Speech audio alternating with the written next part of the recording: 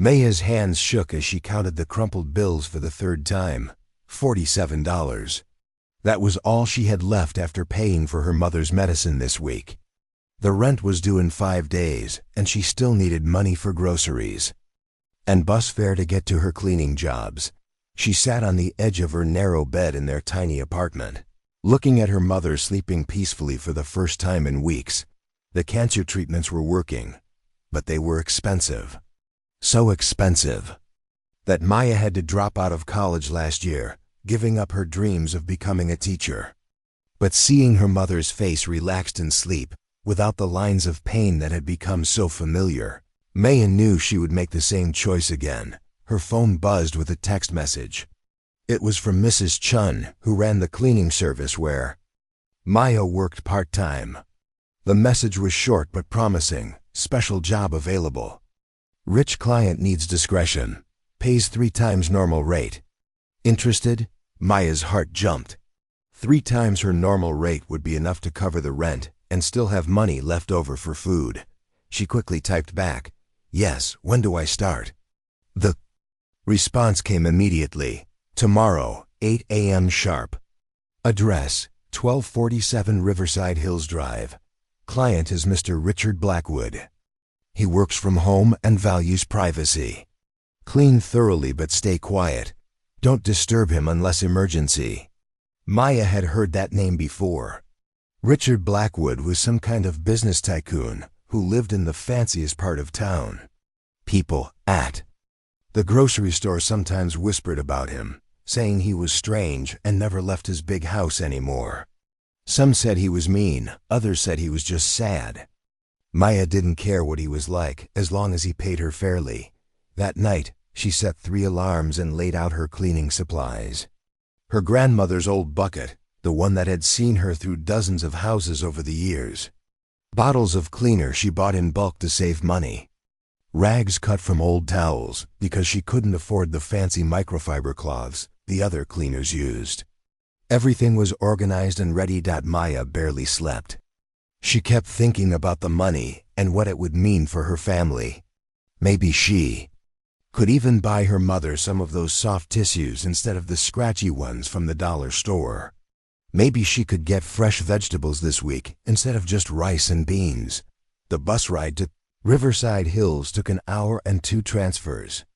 Maya watched the neighborhoods change through the window.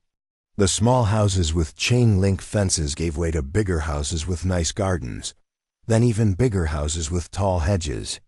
Finally, she reached the area where the houses were so big you could barely see them from the street. Number 1247 was at the end of a long, winding road. Maya walked up the driveway, her cleaning supplies weighing heavy in her hands. The house was enormous, like something from a movie. It had tall white columns and big windows that seemed to stare down at her. The garden was beautiful but looked like no one had been enjoying it for a long time. Maya found the service entrance around the back, just like Mrs. Chun had told her. She knocked softly and waited. After a few minutes, she tried the handle. The door was unlocked, and there was a note taped to the inside.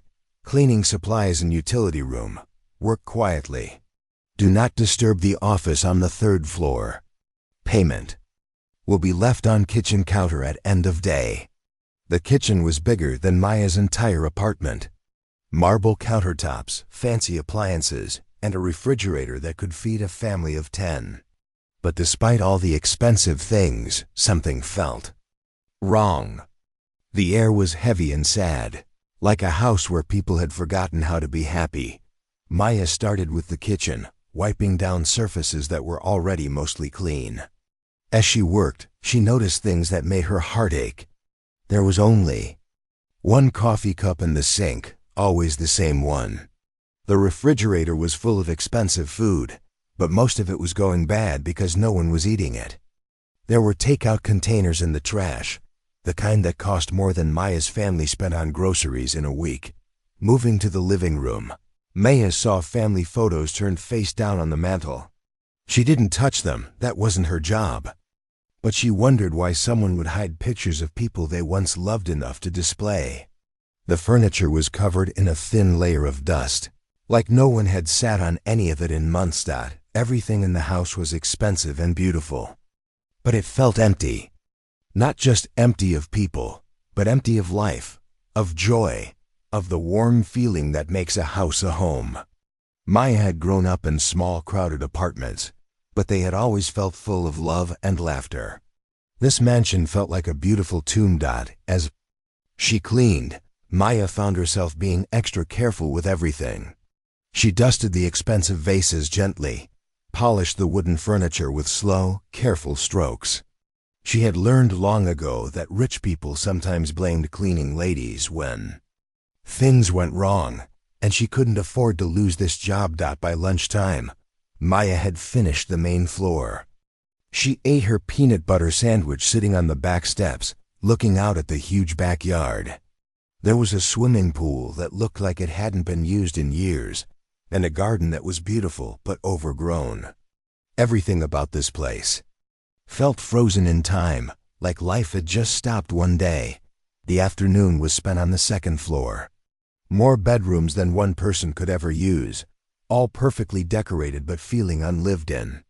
Maya found herself wondering what had happened to make someone with so much money and such a beautiful home feel so alone.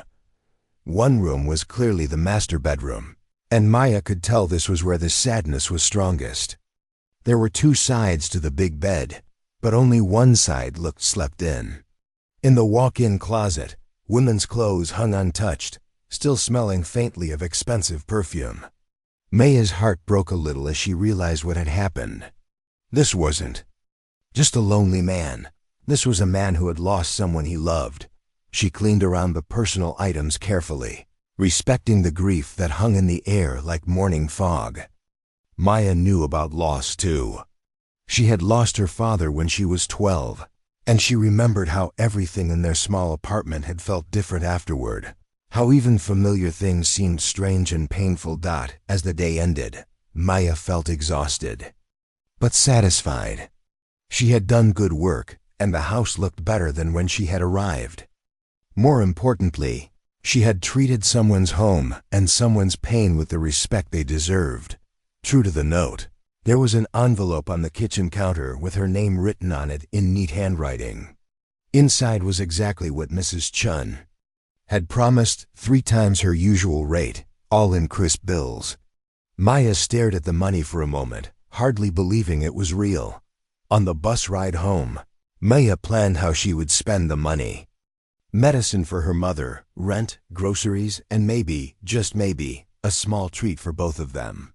She looked out the window as the big houses gave way to smaller ones, then to her own neighborhood where children played in the streets and families gathered on front porches. Maya didn't know it yet, but this was just the beginning. Tomorrow she would return to the big, sad house, and her life would change in ways she could never imagine. But tonight, she was just a young woman, with enough money to take care of her family, riding the bus home with hope in her heart and determination in her soul. Maya arrived at the mansion for her 3rd day of work feeling more confident. The previous 2 days had gone smoothly, and she was getting used to the quiet routine of cleaning the big, empty house. The money from this job had already made a difference. Her mother's medicine cabinet was full, and they had real groceries in their refrigerator for the first time in weeks. She let herself in through the service entrance and began her usual routine. Today, she planned to tackle the 2nd floor more thoroughly.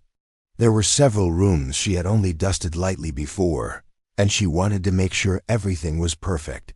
Mr. Blackwood was paying her well, and Maya believed in earning every dollar. The morning passed quietly as she worked through the bedrooms and bathrooms. Maya had developed her own system. She would clean each room completely before moving to the next one. It was slower than rushing through everything, but it meant nothing got missed. Her grandmother had taught her that good work spoke for itself, and Maya lived by those words. Around 11 o'clock, as she was finishing the guest bathroom, Maya heard something that made her stop completely. It was faint at first, almost like a cat crying somewhere in the distance. She paused, cloth in hand, and listened carefully. There it was again, but this wasn't the cat. This was something else entirely. The sound was coming from above her, somewhere on the third floor. Maya remembered the note from her first day warning her not to disturb the office on the third floor, but this sound was different from anything an office should make. It was high-pitched and desperate, and it tugged at something deep in Maya's chest. She followed the sound up a narrow staircase she hadn't noticed before. It was hidden behind a door she had assumed was a closet. The staircase was darker than the rest of the house, with only a small window at the top letting in dusty sunlight. As Maya climbed, the crying got louder and more heartbreaking. At the top of the stairs, Maya found herself in front of another door. The crying was definitely coming from behind it. Her hand shook as she turned the handle, not knowing what she would find but unable to walk away from that desperate sound. The room beyond was a nursery, but not the kind she had seen in magazines or on television. This nursery felt abandoned and sad. Beautiful furniture covered in dust, expensive toys still in their boxes, and in the center of it all, a crib where the crying was coming from. Maya rushed to the crib and found a baby boy, maybe 6 months old, lying in soiled clothes and crying like his heart was breaking. His face was red from crying, his little fists waving in the air, and Maya could tell he had been alone for hours. The sight broke her heart completely. Without thinking, Maya lifted the baby from the crib. He was lighter than she expected, and she could feel how tense his little body was from crying so hard. It's okay now, she whispered, holding him close to her chest. Someone's here now. You're not alone anymore. The baby's crying didn't stop immediately, but Maya could feel him responding to her touch. She had grown up taking care of her younger cousins and neighborhood children, so holding a baby felt natural to her. She swayed gently, rubbing small circles on his back the way her grandmother had taught her. As Maya looked around the nursery, she felt angry and sad at the same time. There were bottles on a table, but they were empty and dirty. The baby's diaper was full and had been for a long time. There were clean clothes in the dresser, but this little boy was wearing the same outfit he had probably been in since yesterday. What kind of person leaves a baby like this? Maya whispered to herself, but then she remembered the sadness that filled this whole house. She remembered the turned-down photos and the unused side of the bed. Maybe this wasn't about being cruel. Maybe this was about being so lost in grief that you forgot how to take care of anyone, even your own child. Maya found clean diapers and clothes in the nursery. She changed the baby gently, talking to him the whole time. There we go, sweetheart. Much better now, isn't it? Let's get you all clean and comfortable. The baby had stopped crying and was looking at her with big, curious eyes. Maya felt her heart melting as she realized how beautiful he was. After changing him, Maya searched for clean bottles and formula. She found everything she needed, but it was clear that no one had been taking proper care of this child. The formula was mixed wrong, the bottles weren't properly cleaned, and there was no schedule or routine that Maya could see. As she prepared a bottle, Maya felt the baby relaxing in her arms. He was still fussy, but not with the desperate crying from before.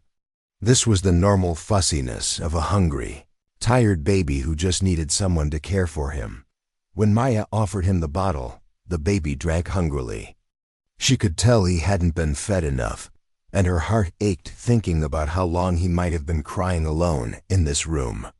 As he drank, his eyes stayed focused on Maya's face, as if he was memorizing the first person who had shown him kindness in who knows how long. You're just a little baby, Maya whispered to him. You deserve so much better than this. You deserve to be loved and held and taken care of. She found herself getting emotional, thinking about her own childhood and how her mother had always made sure she felt safe and loved, even when they had nothing. After the baby finished his bottle, Maya burped him gently and then just held him, walking around the nursery and humming softly. It was a song her grandmother used to sing to her when she was scared or sad. The baby's eyes grew heavy, and soon he was sleeping peacefully in her arms. Maya spent the next hour just holding the sleeping baby, afraid to put him down and leave him alone again. She looked around the nursery and saw all the expensive things that were supposed to make a child happy: the fancy crib, the designer clothes, the high-tech monitors. But none of those things mattered if there wasn't love to go with them. She thought about her own childhood, growing up in tiny apartments, with second-hand everything. But her mother had always been there with hugs and stories and endless patience. This baby had everything money could buy, but he was missing the one thing that money couldn't buy: someone who loved him enough to be present in his life. As the baby slept, Maya made a decision that would change everything. She couldn't leave this child to cry alone anymore. She didn't care if it cost her the job, and she didn't care if the mysterious Mr. Blackwood got angry with her. This baby needed someone to care for him, and until someone else stepped up, that someone was going to be her. Maya gently placed the sleeping baby back in his crib, but she didn't leave. Instead, she cleaned up the nursery, washing bottles and organizing the baby supplies. She found a notepad and wrote down when she had fed him and changed him, starting the kind of schedule that every baby needed. As she worked, Maya kept glancing at the sleeping child, already feeling protective of him. She didn't know his name or his story, but she knew he was innocent and deserving of love. Tomorrow she would have to figure out how to handle this situation, but for now, she was just grateful that she had found him before another day passed with him crying alone. House felt different now that Maya knew about the baby upstairs. It wasn't just empty and sad anymore. It was a place where a child was being neglected, and that made everything more urgent. Maya finished her cleaning duties quickly, her mind already planning how she would take care of the baby while still doing her job. As she prepared to leave for the day, Maya made one more trip upstairs to check on the sleeping child.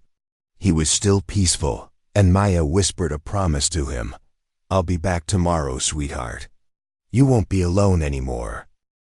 Richard Blackwood sat in his office, staring at the numbers on his computer screen without really seeing them. The merger deal with the tech company was worth $40 million, but he couldn't focus on the details. His mind kept wandering to places he didn't want it to go, to memories of his wife, to the empty rooms in his house, to the guilt that ate at him every single day. He had been in meetings all morning, but everything felt meaningless now. Making money used to excite him, used to make him feel alive and powerful. Now it was just something he did to fill the hours and keep his mind busy. The bigger his bank account got, the emptier his life felt. Richard closed his laptop and rubbed his tired eyes. He had planned to stay in his office until evening, like he did every day. It was easier that way, easier than facing the silence in the rest of the house, easier than walking past the nursery door that he kept locked, easier than remembering what his life used to be like. But today felt different somehow. Maybe it was the way the afternoon sunlight was streaming through his office window, reminding him of how his wife used to love this time of day. She would always try to get him to come downstairs for lunch, to take a break from work and just be together. He had thought he would have forever to do that with her. Richard stood up and walked to the window, looking out at the garden that his wife had loved so much. She had spent hours out there, planting flowers and vegetables, always talking about how she wanted their son to grow up playing in that garden. She had such dreams for their little family, dreams that had died with her. The house felt especially quiet today. His cleaning lady had been coming for a few days now, and he had barely noticed her presence. That was how he liked it, invisible. Help that kept his space clean without making him face the reality of how alone he was. He paid her well to stay quiet and out of his way. But as Richard stood at his window, he heard something that made him freeze. It was coming from somewhere in the house below him, and it was a sound he hadn't heard in months. Laughter. Not adult laughter, but the bright, innocent giggling of a baby. Richard's heart started beating faster. It couldn't be what he thought. It was. He had made sure that his son was taken care of, hadn't he? There was food in the nursery, clean diapers, everything a baby needed. He had hired nannies, but they all kept quitting, saying he was too difficult to work for. The last one had left 2 weeks ago, and he hadn't gotten around to hiring a replacement yet. The laughter came again, followed by a woman's voice saying something soft and sweet. Richard felt his chest tighten with an emotion he had been trying to avoid for months. He had been so focused on his grief, so wrapped up in his own pain, that he had pushed away the one person who needed him most. Moving quietly, Richard left his office and walked toward the sound. It was coming from the main living room, the big room with the fireplace that his wife had loved to decorate. He hadn't spent time in that room since she died. It held too many memories of their life together. As Richard got closer, he could hear the woman's voice more clearly. She was talking to the baby in the gentle, playful way that good mothers talk to their children. The baby was responding with squeals of delight, the kind of happy sounds that babies make when they feel safe and loved. Richard reached the doorway of the living room and stopped completely. What he saw made his breath catch in his throat. There, sitting on the expensive Persian rug that had been in his family for generations, was a young black woman he had never seen before. She was playing peekaboo with a baby, his baby, and both of them were laughing like they had known each other forever. The woman looked to be about 19 or 20, with kind eyes and gentle hands.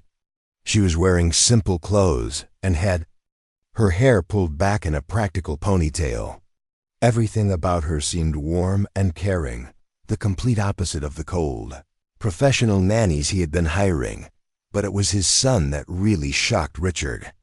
The baby, Thomas, though Richard could barely bring himself to think the name, was sitting up and reaching for the woman with pure joy on his face. His eyes were bright and alert, his movements active and playful. This was not the quiet, withdrawn child that Richard remembered. For months, Thomas had been so still and serious, barely crying, barely reacting to anything. The nannies had said he was an easy baby, but Richard had wondered if something was wrong with him. Now, watching his son laugh and play, Richard realized that Thomas hadn't been easy. He had been sad. Sad and neglected, and probably wondering why his father never held him or played with him. The woman, she had to be the cleaning lady, though Richard had never really looked at her before, was completely focused on Thomas. She was making silly faces and funny noises, and Thomas was responding like he had been starved for this kind of attention, which Richard realized with a sick feeling in his stomach.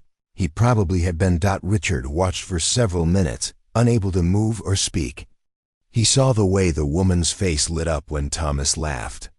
He saw how naturally she responded to his needs, how she seemed to understand what he wanted before he even asked for it. He saw the way Thomas looked at her, not just with happiness, but with trust and love. This was what he had been missing. This was what his son needed, and what Richard had been too lost in his own grief to provide. He had been so focused on his pain, on missing his wife, that he had forgotten that Thomas was grieving too. Thomas had lost his mother, but instead of getting extra love from his father, he had been left alone with strangers who didn't really care about him. The woman picked up Thomas and held him close, still talking to him in that gentle voice. Thomas snuggled against her shoulder, completely relaxed and content. Richard felt tears starting to form in his eyes, tears he had been holding back for months. When was the last time he had held his son like that? When was the last time he had even looked at Thomas, really looked at him, instead of just making sure he was fed and changed? Richard couldn't remember, and that realization hit him like a punch to the chest. The woman must have sensed someone, watching, because she looked up suddenly and saw Richard standing in the doorway. Her face went pale, and she quickly stood up, still holding Thomas protectively. "I'm sorry," she said, her voice shaking a little. "I was just thought he was crying, and I—" But Richard couldn't hear her words. All he could see was his son, looking over the woman's shoulder at him with those big, serious eyes. Thomas didn't cry or reach for his father. He just looked at Richard. Like he was a stranger, which Richard realized he basically was. "What's your name?" Richard asked, his voice coming out rougher than he intended. "Maya," she said, still holding Thomas close. "Maya Johnson. I'm the cleaning lady. Mrs. Chun hired me." Richard nodded, still trying to process what he was seeing. "How long have you been? How long have you been with him?" Maya looked down at Thomas, then back at Richard. "I found him yesterday, sir. He was crying in the nursery upstairs, I think. I think he'd been alone for a while." The words hit Richard like a slap. He had been alone for a while. Because Richard had been too wrapped up in his own pain to take care of his own child. Because he had been hiding in his office, making money, and trying to forget that he was a father. "I should go," Maya said, starting to hand Thomas back to Richard. But as she tried to pass the baby to his father, Thomas started to fuss and reach back for Maya. It was clear who he felt safer with, and it wasn't his own father. Richard looked at his son, really looked at him for the first time in months. Thomas was beautiful. He had his mother's eyes and his father's stubborn chin. He was healthy and strong, but there was something in his expression that broke Richard's heart. Thomas looked wary, uncertain, like he was always waiting for something bad to happen. "Don't go," Richard said quietly. "Please. I think ... I think we need to talk." The silence in the living room felt heavy and uncomfortable. Maya stood there holding Thomas, not sure what to do or say. Richard was staring at them both, and Maya couldn't read the expression on his face. Was he angry? Confused? She had never seen him up close before, and he looked different than she had imagined. Richard was tall and well-dressed, like the successful businessman everyone said he was. But his eyes looked tired and sad, with dark circles underneath them. His expensive clothes hung loose on his frame, like he had lost weight recently. Maya could see the grief written all over his face, and despite her fear of losing her job, she felt sorry for him. "Sit down," Richard said finally, gesturing to the couch. His voice was quiet but firm. "Please."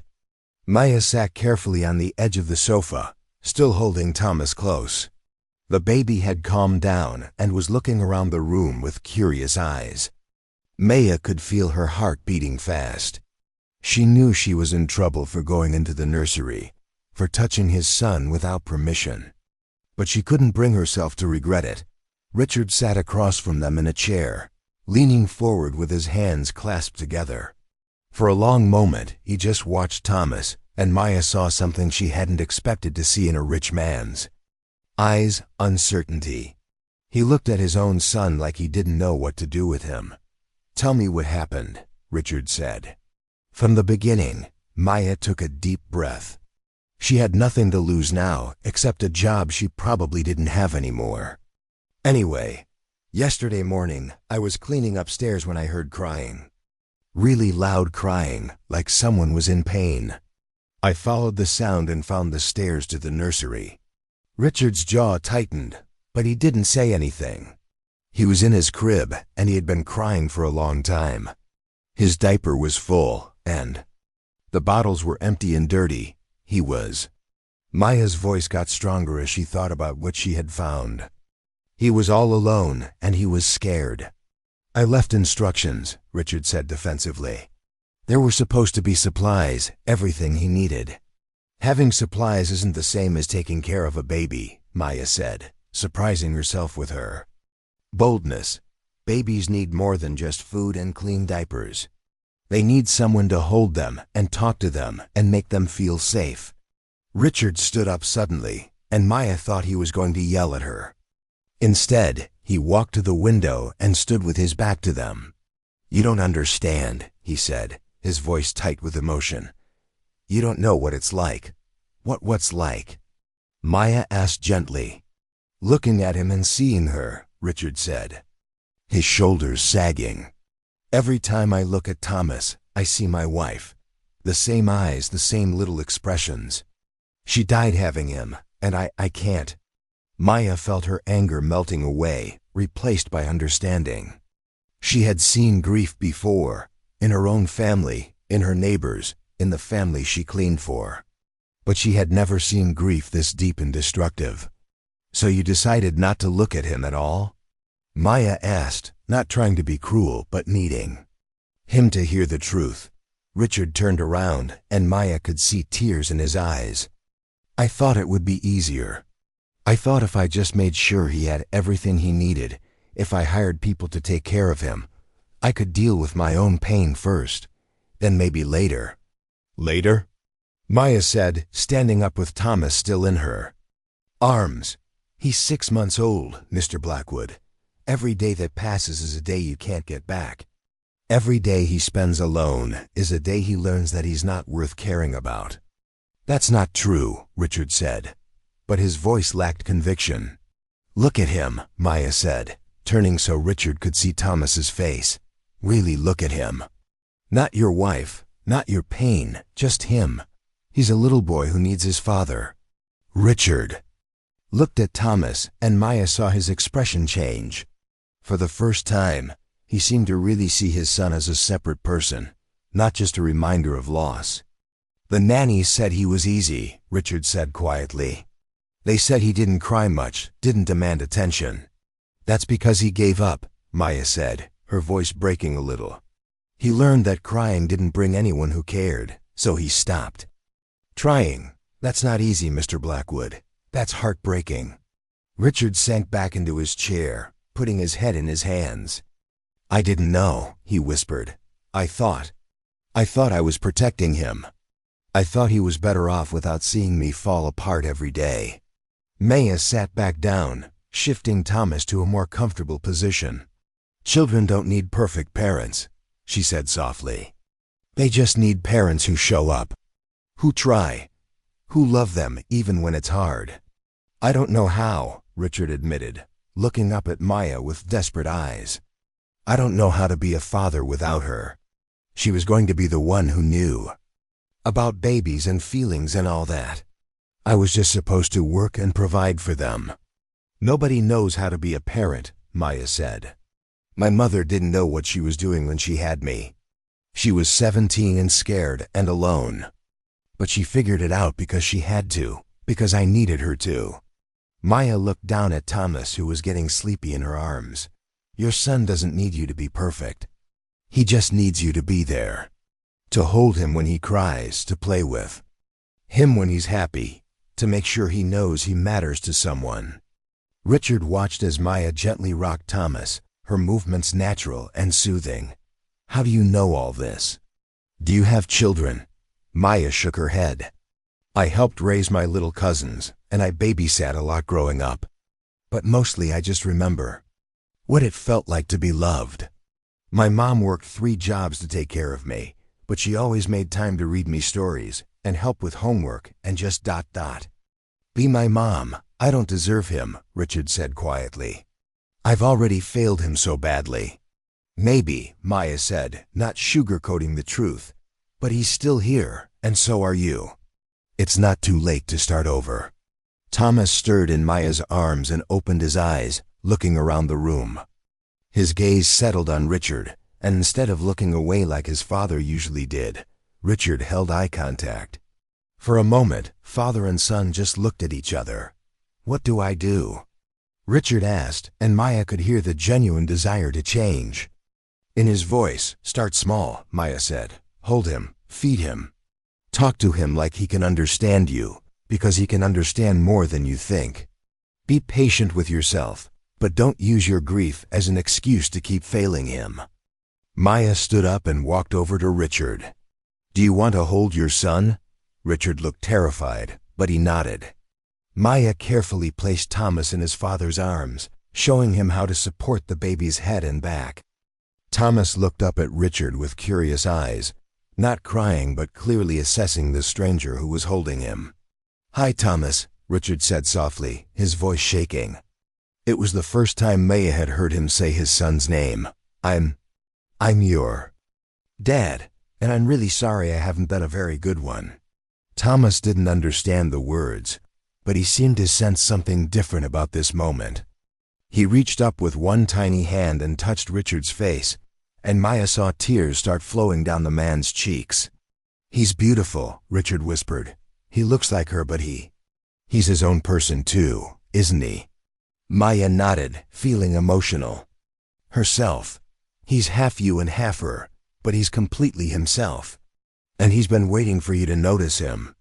Richard held Thomas close, and for the first time since Maya had been working in the house, the living room felt warm and alive. It felt like a place where a family could be happy. "I don't know if I can do this," Richard said, still holding his. "Son, carefully. You don't have to know," Maya said. "You just have to try. One day at a time, one moment at a time. He'll teach you what he needs if you pay attention." Richard looked up at Maya with gratitude in his eyes. "Thank you. For finding him, for taking care of him, for making me see what I was doing wrong."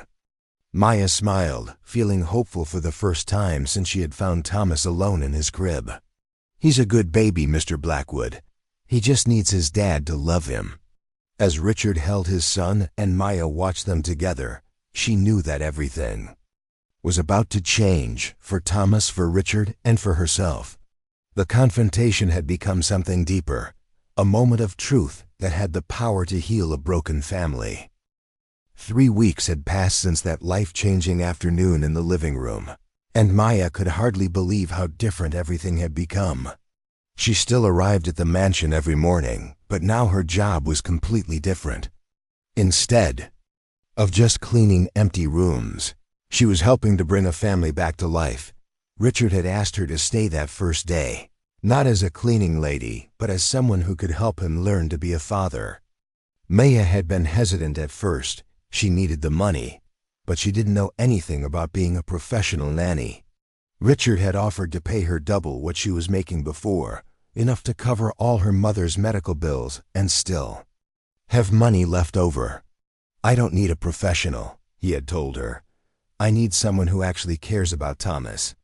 Someone who can teach me how to care about him too." The first few days had been awkward and difficult. Richard was like a stranger in his own home, unsure of how to interact with his son, or even how to hold him properly. Maya found herself being patient in ways she didn't know she could be, showing Richard the same basic things she had learned as a teenager taking care of younger children. "Support his neck like this," she would say, guiding Richard's hands. "Talk to him while you feed him. He likes to hear your voice, even if he doesn't understand the words yet."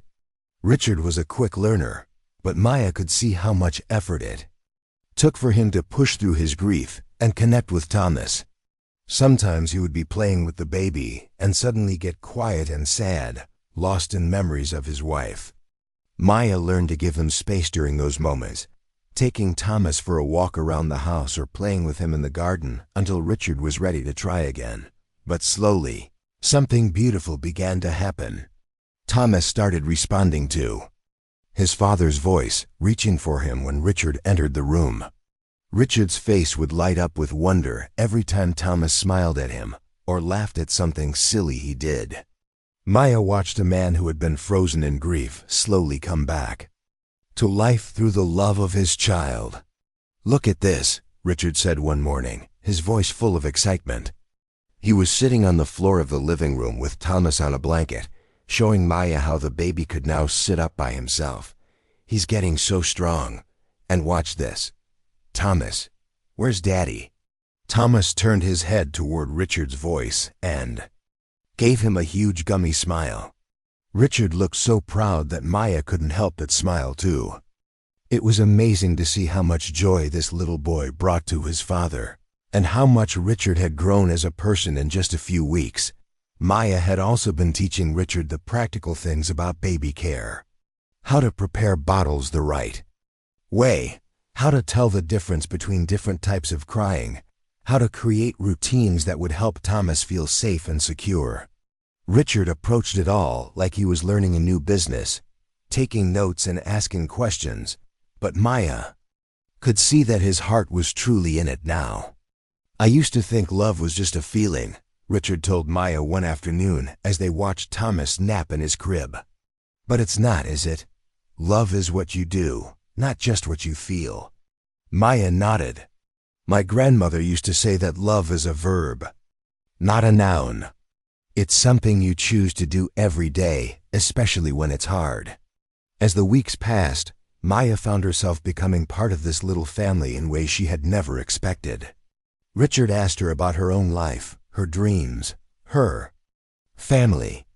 When he learned about her mother's illness and how Maya had dropped out of college to work, his whole attitude changed.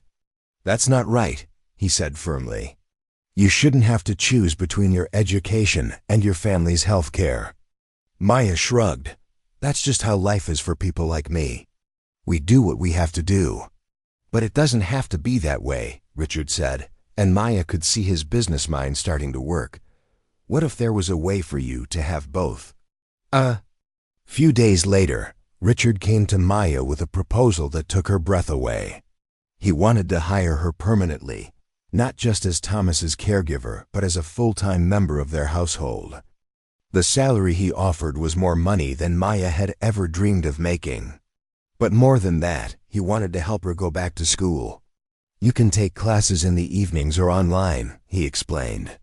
I'll adjust your schedule so you have time to study. Thomas will benefit from having someone educated and motivated taking care of him. And you deserve the chance to follow your dreams. Maya felt tears in her eyes. Why would you do this for me? You barely know me. Richard looked over at Thomas, who was playing happily on his blanket nearby. You saved my son's life. You saved mine too. You showed me what it means to actually care about someone other than myself. This is the least I can do. But Richard's transformation went beyond just his relationship with Maya and Thomas. He started noticing things about the world that he had never paid attention to before. He asked Maya about her neighborhood, about the struggles her family faced, about what it was like to work multiple jobs just to survive. I've been rich my whole life, he admitted one day. I thought I understood how the world worked, but I was living in a bubble. Talking to you has opened my eyes to so much. Richard began researching healthcare costs and education expenses. Shocked to learn how many families were forced to make impossible choices between basic needs. Maya watched him discover a passion for social justice that she never would have expected from a wealthy businessman. I want to start a foundation, Richard announced one morning over breakfast. They had started eating meals together as a family, another change that had happened gradually over the weeks. A scholarship fund for young people who have to drop out of school to help their families. People like you. Maya was amazed by how much Richard had changed.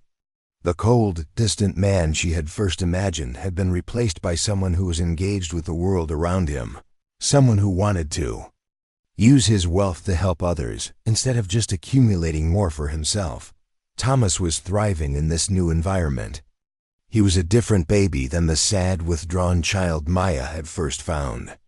Now he laughed often, played actively, and showed clear preferences for people and activities. He had learned to expect love and attention, and he responded with the kind of joyful personality that Maya suspected had always been there, just waiting for the right conditions to flourish. He's going to be a happy kid, Maya said one evening as they watched Thomas play with his toys. You can see it in his eyes now. He knows he's loved. Richard nodded, his own eyes bright with tears. I almost missed it all. I almost let my grief steal the most important thing in my life. But you didn't, Maya reminded him. You chose to change. That's what matters. On a sunny Saturday morning, exactly 1 month after Maya had first found Thomas crying alone in his nursery, the three of them were in the garden together. Richard was teaching Thomas to feel grass with his hands while Maya picked vegetables for lunch. It was a scene of simple family happiness that would have been impossible to imagine just weeks before. Richard's phone rang, and Maya expected him to answer it immediately like he used to do. Instead, he looked at Thomas, then at Maya, and sent the call to voicemail. It's Saturday, he said with a smile. Business can wait. My family is more important. Maya felt a warmth in her chest that had nothing to do with the sunshine. She thought about her mother, who was getting stronger every day now that she could afford the best treatments. She thought about the college classes she would start next month, finally able to pursue her dream of becoming a teacher. She thought about Thomas, who would grow up knowing he was loved and wanted. Most of all, she thought about the power of small acts of kindness. She had simply followed the sound of a crying baby, and that one decision had changed 3 lives forever. Sometimes the most important moments in life came disguised as ordinary choices. The choice to care, the choice to stay when it would be easier to leave, the choice to love even when it was hard. As Thomas laughed at something his father was doing and Richard looked up at Maya with gratitude shining in his eyes, Maya knew that they had all found something precious, a real family, built not on blood or money, but on love, choice, and the simple human desire to care for each other. Mansion was no longer empty and sad. It was full of laughter, full of hope, and full of the kind of love that had the power to heal even the deepest wounds.